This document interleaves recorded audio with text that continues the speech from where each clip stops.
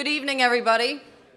Thank you all for being here to be part of this special evening during Brain Aneurysm Awareness Month to award $110,000 in research funding for brain aneurysm research.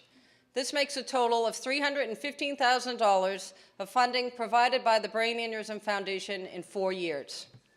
For those that do not know me, there we go. I'm Christine Buckley, Executive Director of the Brain Aneurysm Foundation based in Massachusetts.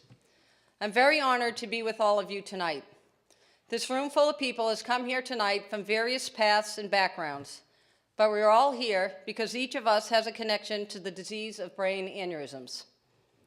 Whether a medical professional, caregiver, survivor, family member or friend who has lost a loved one, we're here tonight to make a difference. And so many of you here have already made a difference.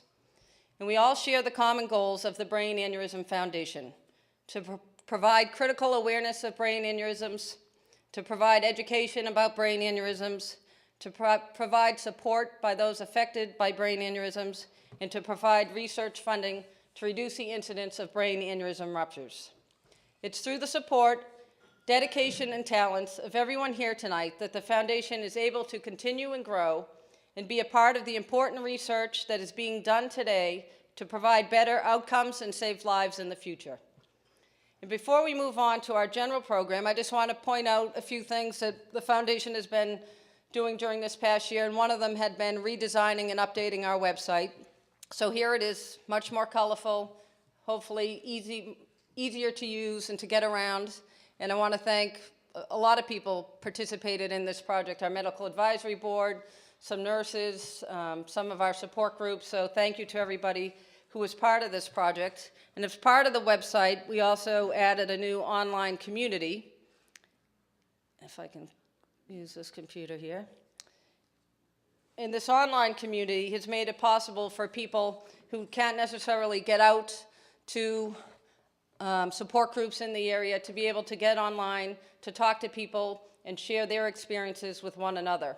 And a nice component that is part of both this online community and our website is a new Ask the Doctor component. And with this Ask the Doctor feature, people are able to write in, and we ask members of our medical advisory board to the questions that are appropriate to respond, and then we go online and put the answers back there where the answers came from. And again, we are doing our best at this point in time to use both social media and the internet to reach out and touch as many people as we can. So now I would like to move on and get this night rolling. And the first person I would like to introduce is our host of this evening. It's Dr. Stephen Lewis from the University of Gainesville in Florida, Associate Professor, Department of Neurological Surgery. He's a member of our medical advisory board, and he helped initiate the first support group here in Florida. So Dr. Lewis, please come up. He's also from Australia and might hop like a kangaroo because the stairs are over here. There we go. And they say we're back to front and upside down. I'm not sure about that. Anyway, thank you very much, Christine. And it's a great pleasure to be here this evening. So I guess really on behalf of the Department of Neurological Surgery at the University of Florida in Gainesville, and on behalf of my cerebrovascular partners, Brian Ho and Jay Mockho, who incidentally have both been recipients of awards from this great foundation, I'd like to welcome you all here this evening. I'd really like to thank a lot of people, not individually, but really, I guess, in groups. Particularly, I guess, firstly, the individuals have been specifically affected by this condition, and I met several of them, particularly one couple this evening who their daughter died from a brain aneurysm rupture, and who have been really driven to encourage people to donate and provide money to this foundation to encourage research and better understand why this condition happens, and perhaps identify those at risk before an aneurysm rupture occurs. And all I can say is people like you are very special, and we are very grateful, and we wouldn't be here without the encouragement and support of folks like you. And also to the industry, and I know there's a lot of industry here this evening, and without your support, of course, things like this would never occur.